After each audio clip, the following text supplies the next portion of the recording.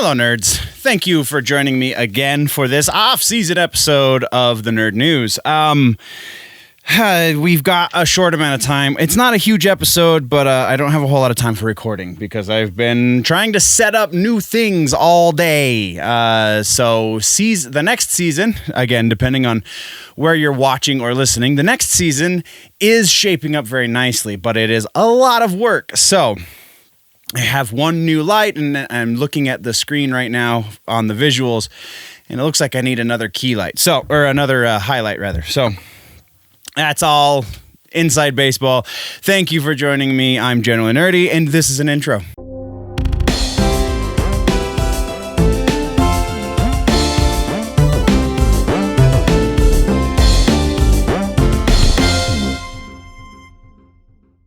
All right, no housekeeping again, just it is what it is right now. So we're just going to jump right into it. Again, no music to speak of. So, starting in TV streaming, this is not a regular episode, so this is not a regular follow-up section. We have announcements for series in production. Cassian Andor is now currently in production, as well as Season 3 of The Orville. So that's pretty freaking awesome. We do have a new trailer for both Clarice and Cobra Kai. You can find links in the description, so go check that out, or the show notes, again, wherever you're listening or watching. And then we have one piece of new news that was big enough to put in an off-season episode, and that is Redbox. Redbox is now getting into the streaming wars. Redbox is going to be offering through their app. You have to have the app on your phone. Through their app, actually, it's not just on phones, but we'll get to that. You are going to get, just like you get with IMDb, through like Amazon Prime and wherever else you can get IMDb TV.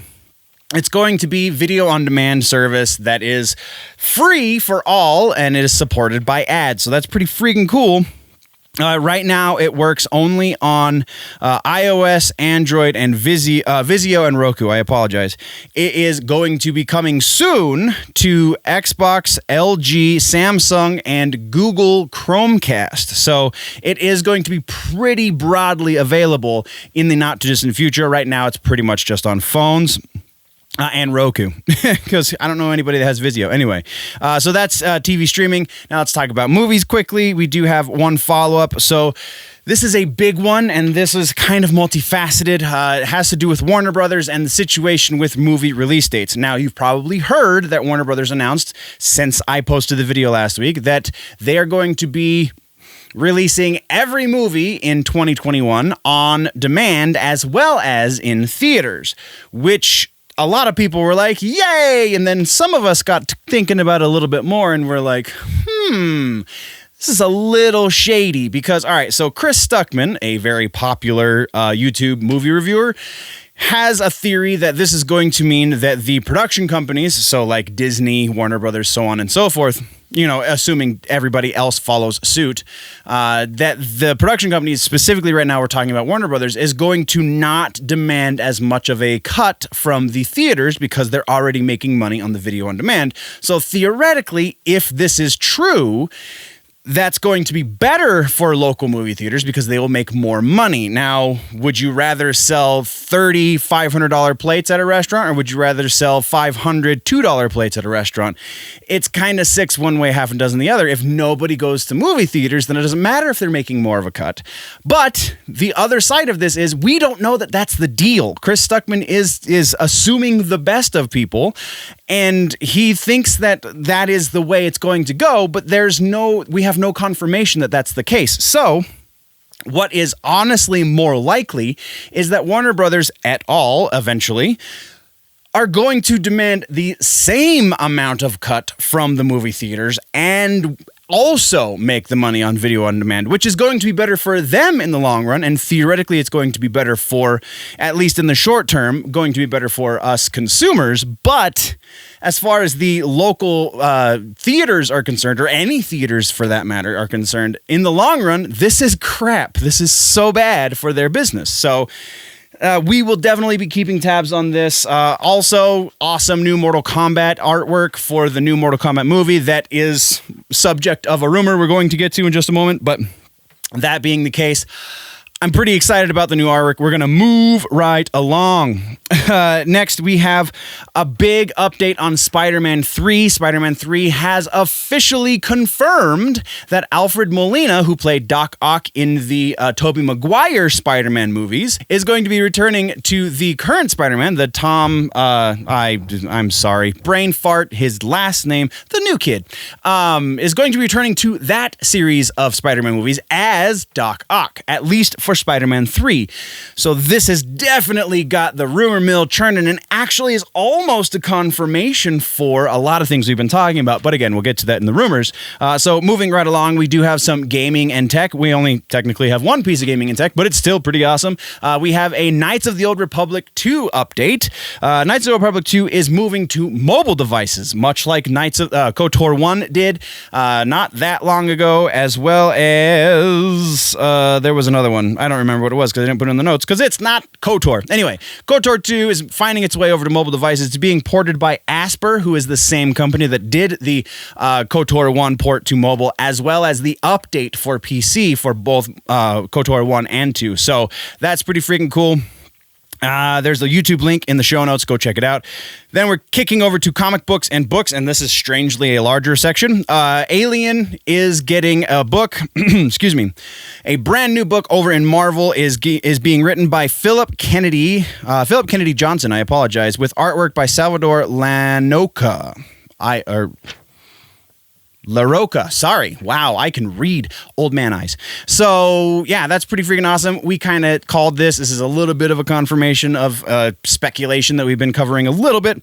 There is big news as far as Comic-Con is concerned. If you are a Colorado resident or somewhere in the surrounding states and you attend Denver Pop Culture Con, aka Denver Comic Con, then you will sorely be upset because DPCC has been canceled already for 2021.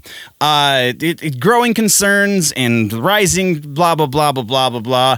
They're not factoring in vaccines because usually by the end of the summer, which is when Denver Pop Culture Con happens, theoretically, if all the vaccine news is to be believed, then we should be on our way out of quarantine. So I feel like this is super premature, but it's done.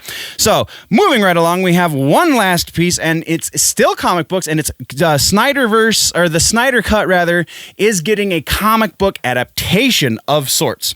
So we don't know a lot of details about this, but we do know that Scott Snyder, Zack Snyder's doppelganger in the comic. No, that's totally a joke. Scott Snyder, no relation to Zack Snyder, has turned down the offer to write the book. So that means that they're looking for somebody to write it. We don't know if they have found somebody to write it in place of Scott, but either way, it's a thing that is on the burners, which is feeding into more rumors that we're not actually covering on this episode that are talking about the future of DC Comics. So a lot is going on. All right, so that is all of the news. Now let's get to what you came here for, and that's the rumor mill, because that is primary focus for off-season. Rumor mill in the off-season. We have one confirmation to get to. We have the confirmation that, yes, indeed, Oscar Isaac is going to be playing Snake in the Metal Gear movie adaptation. So ching ching, that's pretty freaking awesome. I love Oscar Isaac and I love Metal Gear, so the two together. Actually, he looks great. Have you seen some of that Boss Logic artwork? Wow. Love it. Love it. Moving along. Next, we're talking about Warner Brother movies. We're not going to bury the lead here. Like I said, with all of the release date stuff, there is a lot of issues. Like Legacy Pictures is threatening to sue Warner Brothers because they're funding two movies, namely Dune and Kong vs. Godzilla. So that's going to be an issue. But we now have rumors saying that Kingsman, which I thought was a Marvel property, Mortal Kombat, and Tom and Jerry, all of those three movies are not going to get the theatrical half of the release slate, but are only going to be going straight to video on demand. I don't think this is super likely for many reasons, because not the least of which being that if you're going to release it in one and it doesn't cost you that much more to do both, you might as well do both. But also, like, Mortal Kombat, I feel like is really big. And I think the real big thing that's going to screw this one up is Kingsman, because Kingsman is not a Warner Brothers property. As far as I know, I could very well be wrong, but I'm pretty sure it's a Marvel property. So Because of those reasons, and because honestly, there's a laundry list. I'm only giving this one about a 15% likelihood that it's going to be the case. Very likely for Mortal Kombat and Tom and Jerry, but not for Kingsman, because again, I'm pretty sure that's Marvel, but I could be wrong. Somebody correct me in the comments, please. Next, we're talking about Spider-Man 3. Again, not bearing the lead as much as possible. Spider-Man 3, with the confirmation of Alfred Molina, we now have rumors that are expanding on the 3 Spider-Man theory. First off, the 3 Spider-Man, the other 2, namely Andrew Garfield and Tobey Maguire, are going to be helping our main universe, current Spider-Man, clear his name in order to, to prove that he's not Spider-Man. They're going to show his version of Peter Parker next to one or both of those 2 Spider-Men. Theoretically, spoiler alert, I guess I probably should have said, but, it's a theory. It's a rumor. It is not a fact. So, whatever. So that's the first of those. The next, again, considering Alfred Molina has officially been cast, we now have rumor that we're going to be seeing Kirsten Dunst and Emma Stone returning as well for their respected love interests. Though Emma Stone returning, her character died, so that kind of doesn't lend a whole lot of credence to this. Percentage likelihood that these are all happening. First, we have the rumor that the storyline is going to revolve around these alternate dimension Spider-Men, clearing the name of our current dimension Spider-Man. I think that sounds pretty likely. I think that, and we're also apparently supposed to be getting the official update or the official announcement that something along these lines is going to happen within the next couple of days or weeks or so. So we should be able to debunk this soon, hopefully. So the likelihood that that's going to happen, we'll put it at about 50-50. It sounds really good, but the source is not exactly the great. It's kind of a source through a source for this one. So, and then the Kirsten Dunst and Emma Stone. Because of the inclusion of Emma Stone, I feel like it's less likely. We're going 30% there for those 2. Next, we're looking at a kind of a meta rumor, and that's Disney. Disney Plus is now looking to merge with Hulu. This kind of goes along. This is a little bit based on other rumors we've talked about. So, based on the rumor that Disney is playing with the idea of doing more adult or mature oriented content.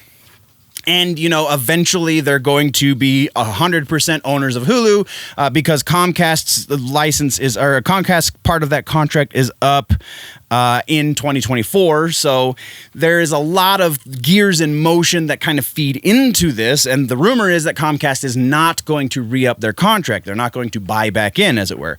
So because this is built on other rumors, we can't go super high with it. But it sounds pretty close to something that feels right. Let's just say that. It feels accurate because Disney wants to control all of the entertainment. So, assuming they take control and assuming they are playing with mature content, this is we're going about 45%. I can't go all the way up to 50, and we never go over 50 on rumors based on rumors, but this does seem very, very close to accurate. So moving right along, we have Jim Carrey. We're looking, there's a rumor right now that the rubber-faced actor is looking to do another horror movie. It seems really like a poor choice, because of previous outings. Anyway, so Jim Carrey looking to do a horror movie. This is a quickie. Likelihood, I'm going to say 50-50 because I'm sure he's looking for any work right now. So specifically a horror movie, why not? Next, we're jumping over to another actor. That is Adam Sandler. We have a second rumor from a new source saying that he is eyeing an undisclosed villain role in the DCEU. We have previously, I think it was back in September, we talked about the fact, or a rumor rather, that Sandler was potentially going to be playing the Penguin in one of the upcoming Batman movies. Which one, who knows? So this is building on a rumor. I feel like we have a little bit more momentum here. We're going to go back and say about 60%. I still feel like Adam Sandler in any sort of superhero movie is a weird choice, but we'll say 60% now that we have another rumor talking about a similar thing. Next, we're talking about Star Wars. We have a couple here. First off, we're talking about Lucasfilm is said to be working on a movie about the very first Jedi, the group of Jedis. Well, according according to mythology in the Star Wars universe anymore. I think it was a group of 4 that were the first. But now this new rumor is saying that it is a singular Jedi, and that Jedi is going to be female. This kind of aligns with a lot of stuff that we're hearing behind the scenes at Lucasfilm anyway, so that kind of lends to its credence. Our next Star Wars rumor is Rosario Dawson is rumored to have signed not only for 3 seasons of an Ahsoka Tano series, but also for 3 movie appearances. Not movies based on Ahsoka, but she's going to be in 3 Star Wars movies. So that kind of sounds par for the course for Disney these days, so that kind of lends to the credibility there. And then there is also a new rumor of an animated series that is going to be dealing with the High Republic. That is going to be, it sounds like maybe child-oriented, a little more hard on the child orientation, a little less into the lore kind of super nerdy orientation. So 3 rumors here. We've got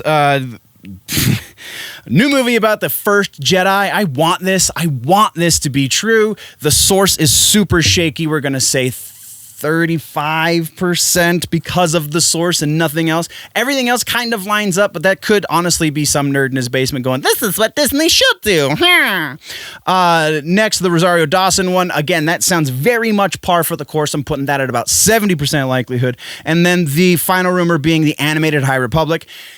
There's no reason why not. High Republic is their next big movement in the world of Disney, Lucasfilm, Star Wars.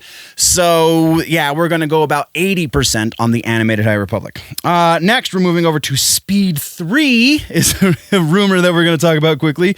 There's kind of 2 rumors here. One is that Speed 3 is in early development, and 2 is that they've got Keanu Reeves to say he wants to do it. 1, Speed 3 in early development, sure. There's a million movies that are in early development that we'll never see. So yeah, I'll say that's like 70% likely that there's an early development version of Speed 3 happening. Keanu Reeves coming back for it, considering how terribly the second one did? No, I'm 20% at best, and that's being super, super generous. I know it's the Keanu-sans, and I know he's in everything these days, but no. Next, we're talking about Riddick, Chronicles of Riddick. Vin Diesel is now turning the franchise into a series, according to rumor, for some sort of streaming platform. I don't know if I buy this. Vin Diesel did post some stuff talking about, kind of alluding to Riddick and other franchises he's in charge of on his Instagram just the other day. Until he comes out and says something more, I can't buy this. I don't feel like he has a series in him. I mean, movie series, sure, because you can take a lot of time between them. But because he's the main character, because he does have all of these other projects on his plate, I don't see a series in his future. Maybe a series based in that universe to expand the universe, and he kind of makes cameos occasionally. Sure, I can kind of see that. But according to this, it is going to be a Chronicles of Riddick series. And that, my friends, gets a 20% likelihood because I can't buy it. Next, we're talking about Mortal Kombat 11. We have a new rumor, and this is a really, really bad source. I just couldn't pass it up because it's Mortal Kombat.